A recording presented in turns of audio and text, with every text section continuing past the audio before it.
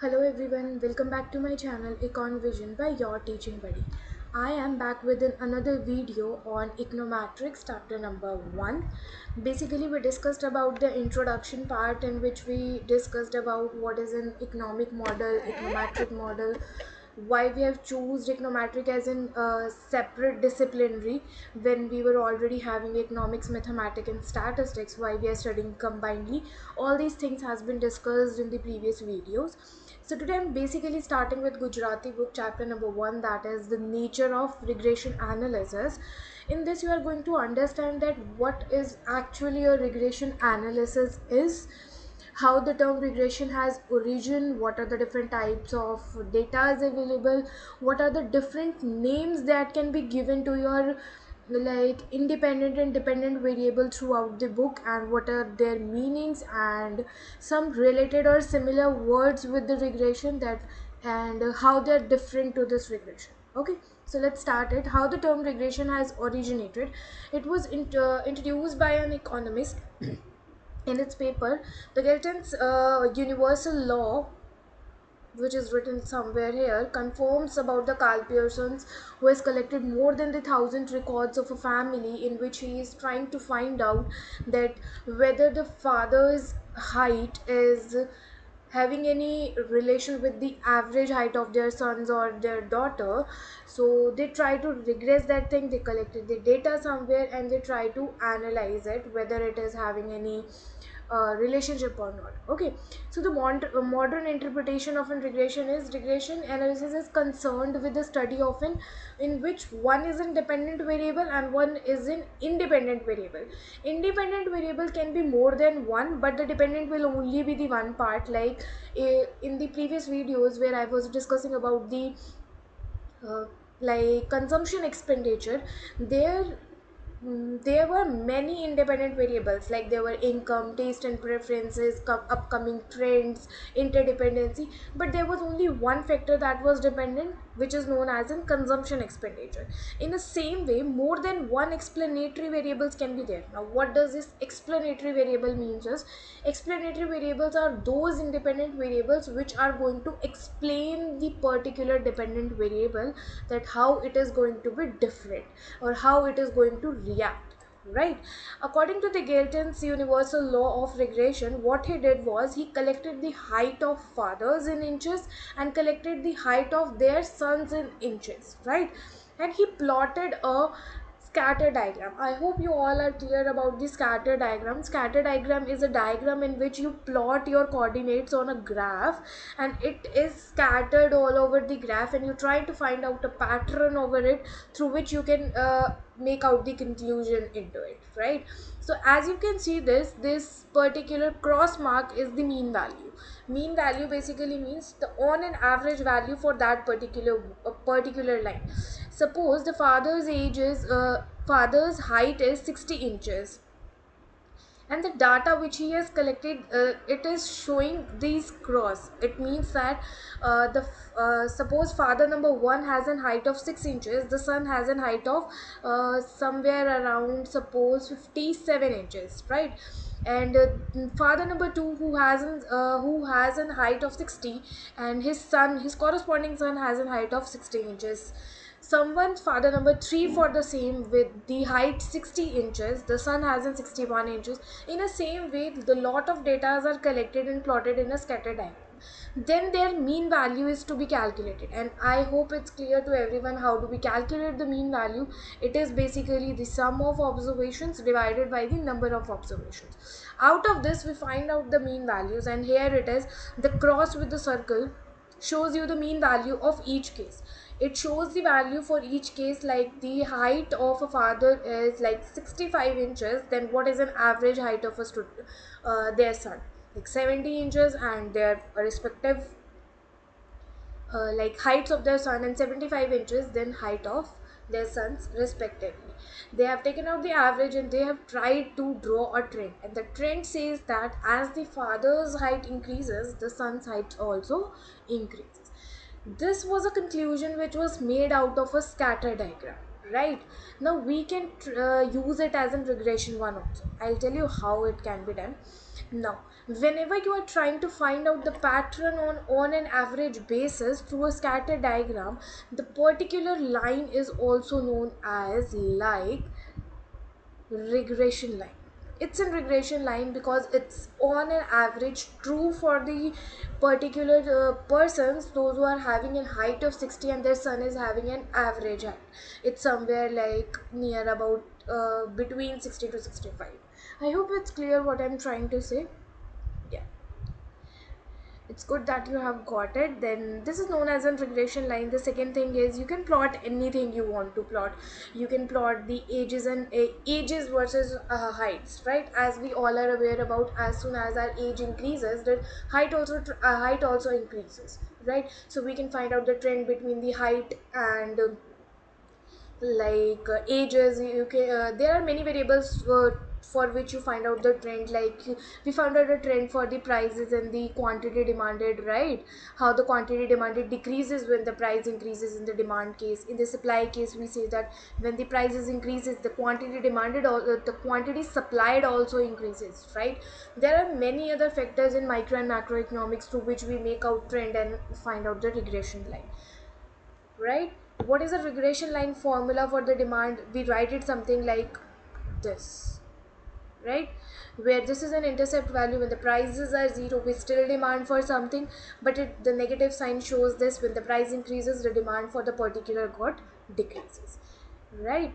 We have find out. And always remember that whatever variable you are plotting on x-axis will be termed as an independent variable. So here the ages is a independent and height is a dependent variable. Suppose if you are doing it in an opposite way, will it be true in a practical life? I hope it will not, because it's not like that. If your height is increasing, that means your age is also increasing, but it's opposite for the vice versa situation where your ages are increasing. In that case your height is increasing, right? There might be some rare cases in which your age is increasing but your height is not increasing, right? There are many ways you can see, like in market propensity to consume also we can say it is constant but it is having an upward trend. As soon as our income increases, our consumption expenditure also increases. When we talk about the monopolistic market, there we studying about the price elasticity concept, which will tell you that in price it's percentage change in the quantity demanded divided by the percentage change in the prices, where you are going to say that when your prices are changing in some point, your supply or your demand is also changing in the case of price elasticity. Then in macroeconomics there is a very famous curve that is known as in Philippines curve, which tells you about the how your rate of unemployment and the rate of your money prices changes, and what is the relationship between them in a short run and a long run. As we have studied, in a long run it becomes constant. So what is the process regarding that? These things are also considered with the regression line, right? Then inflation rate process is also calculated. So there are many more examples in economics through which we can understand that regression line is basically an on an average result of a random data which we have collected. It is not that we are pinpointing the particular average, it is the calculated average part, right? It's more clear to that. Now let's next topic was in this particular chapter is like statistical versus the deterministic relationship. Now what is the difference? As their name suggests, statistical relation do not mean that they are actually true in your real life or it has some logic into it. Now suppose if I am saying your a relationship between your age and your suppose IQ level, uh, they have a positive relationship. As your age increases, your IQ level also increases, but you will find exceptions also. Their ages are like quite high but their IQ is not very much high. Like if I am saying like crop yield part, and if I say the price of suppose I can say wheat. Now they are also interrelated. If the crop yield is big and the yield is prices will be less, but if the crop yield is very less, the prices will be high. So there might be some situations like if I say the crop yield and the crop of a wheat and prices of a shirt, they are not interlinked to each other in their they do not have any logic, so that will be termed only statistical, not deterministic, because it is not actually true, right? Some point it can be statistical, but it's not that it is deterministic also. So it is random and stochastic. Random and stochastic variability, it is not important to have a relationship in like real world also, but it is important to and it has some statistical relationship, right? So it is basically this, deterministic relationships are those which is actually true in your real life also, and statisticals are the one those are just, I can say, for statistics part. This is the same point where regression and causations are discussed. Causation is something which is not necessarily to be true in your real life, and regression is something which is showing some dependent and independent variables, right? As it is showing, statistical relationship in itself cannot be logically implemented. It's a causation, because having a statistical relationship does not gives you proof of its logic also, right? Now there's a difference between the regression versus correlation. I hope it's clear to everyone. You might have studied in your statistics class 11th that what is the difference between regression and correlation. Just for the recap purpose, correlation is something which has all the independent variables. It is hardly important to have their logical relationship also. Like if I am finding the relationship between the height of mine and the prices of a pen, if you are finding a correlation, there might be a correlation between them also, because correlation only deals with the numerical part, it is not dealing with the logical part. But if I'm talking about the regression part, one has an dependent and other has an independent variable, so there might be a logical relationship between both of them, where independent and dependent variable. I hope it's clear. It's just a recap of a statistics part. Now there comes a terminology, how you are going to explain or get the terminology in this particular book about the independent and dependent variable. The one which is known as explanatory variable is an independent variable. It is going to explain you. Like explained variable is the variable which is dependent variable, right? Both can be used vice versa situationally. Explanatory and explained are used together, dependent and independent are used together. Don't get confused with the they are pairing up. If they are paired like this, and while using, and they are paired like this, like if you want to say it is an independent variable, you are going to say it is an explanatory variable, it is going to explain you. And when you are talking about the explained variable, it basically means you are telling that this variable has been explained by some explanatory variable, right? It is a predicator and it is predicate. That means it will be uh, predicting something, or it is just going to forecast something, like it is going to get you the result. Regressor and regressant, that means one is going to regress and second is going to tell you the answer. Same is stimulant and respondent, exogenous, endogenous, covariate outcomes, controlled variable. Controlled sounds with eds tell you it is already been controlled by something, right? These were the some terminologies which is used. There are two-way regression analysis in which we use these terms. There are multivariables also. Random and stochastic part we will discuss in the somewhere about 9th and 10th chapter of Gujarati, because there you will be able to understand it in a better way what random and stochastic is basically, right? Let's study about the nature of a data and type of data basically. First is a time data, second is your cross section data, and then it is a pooled data. For just for a glitch, it is like it is a combination of time series and cross sectional data. Time series data is whenever you are going to collect the data over the period of time. Suppose I am collecting the data from 1920 to 2026, it is considered to be as in time series data, where one of your variable is time series and you are going to collect the data on the behalf of that. Suppose I am collecting the data from 1920 to near about 2026, and you are going to find the values for it. So this is known as the time series data, where you are collecting a data over the period of time. It can be anything. It can be weekly, daily, hourly, or yearly kind of a thing. These are considered to be as in time series data. Like, I hope it's clear to everyone. This is one of the time series data which has been shown here. On x-axis it is taken as in time. It is 1995, 1996, it is 1965, 1970, 1975, 1980, 1985, 1990 and 1995. I hope it's clear. Let's talk about the cross-sectional data. Cross-sectional data is the data when you are collecting the data over more than one variable at the same point of time. Like how? I want to collect the data for today.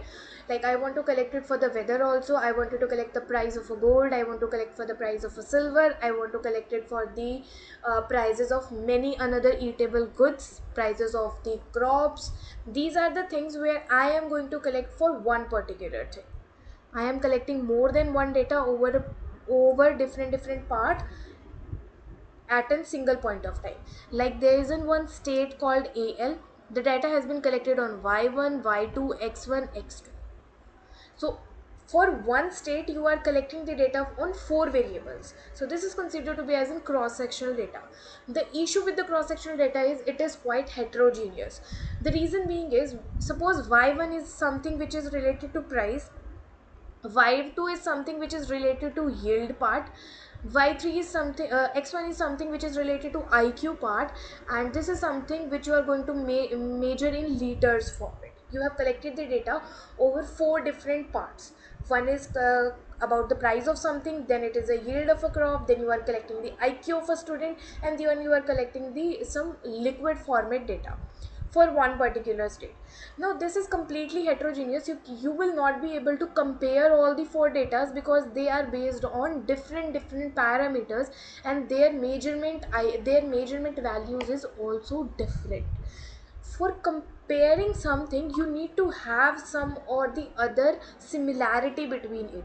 The similarity is really important. If I am talking about the comparison between your mathematics marks, so I have to compare my mathematics marks when I was of your age. It will not be comparable if I am comparing a marks of a maths subject mathematics for class 3rd and a student for class 12th mathematics marks. It is not comparable. You need to have some common similarity between to compare them, right? You need to take both the student for class 3rd subject should be mathematics for both of them, then it will be comparable and we can say it is an homogeneous data. But cross sectional data is always heterogeneous. I hope it's clear what is cross sectional data. Okay, then comes the pool data. Pool data is something where you are collecting the data on different years on different variables, right? So this will be termed as in pool data. Like consumer price index, you can go and check the consumer price index, you will find out the pool data. You can go on RBI side, RBI on handbook of statistics, you will get their particular all the variables data. But try to check for the consumer price index. It is basically a time series data, but you will get the pooled data also there for each observations for the different countries. Like, there are different sources of data. Every country has different source of data. If you are talking about US, World Bank is the source. If I am talking about India, then RBI is the source, MOSPI is the source, then Z Library is the source. There are many other sources through which you can get the data. It totally depends upon the purpose of the collection, like for what you want to collect the data, right? Now the another important thing in this chapter is like interval scales, ordinal scales and nominal scale on which you are collecting your data. Now interval scale, I hope it's clear to everyone. Interval scales are just when you are talking about some interval. Like if I am collecting data from 2000 to 2015, it is in one of an intervals, right? Intervals is when you are having an boundary line for starting and ending point and you're collecting the data in between them. That is interval scale. Then I'm talking about ordinal scale when you are trying to rank something. Like there's a banana, then you have an apple, then you have an oranges, and you want to rank that according to your preference. You like apple at in first place, then orange at in second place, and banana at in third place. This is an ordinal scale where you are going to rank according to your preferences, right? You can see the best example of ordinal scale in the indifference curve. Whenever you are trying to frame the ppc curve is a numerical format curve where you are taking your utility in the forms of a number, right? But whenever you are trying to take the utility in the ranking format, like in ordinal indifference, so best example to understand the ordinal curve is ordinal scale is, then that is an IC curve for class 11 chapter number 4. Okay, then comes the nominal scale. Nominal scale is where you are going to just getting the answers for it, like variables in the category has none of the features like ratio variables or something. You just have genders like male and female, married, unmarried, divorced. Like you just have an options to it, like there are white and non-white, male, female, girl, boy, or you are talking about married, unmarried, divorced or not divorced, live or dead, something kind of where you have in yes or no type of a question, or more than one options also, like marital status if you are asking married, unmarried, divorced or separated. These are the four statuses of having a married particular position. But having a gender position, you can say male, female or transgender can be the problem. If you are asking the sexuality, it can be like straight, bisexual or lesbian, or you can get in more options there, right? So these are the options. When you are having such kind of an options, they are nominal scale. When you are ranking something, they are ordinal scale. And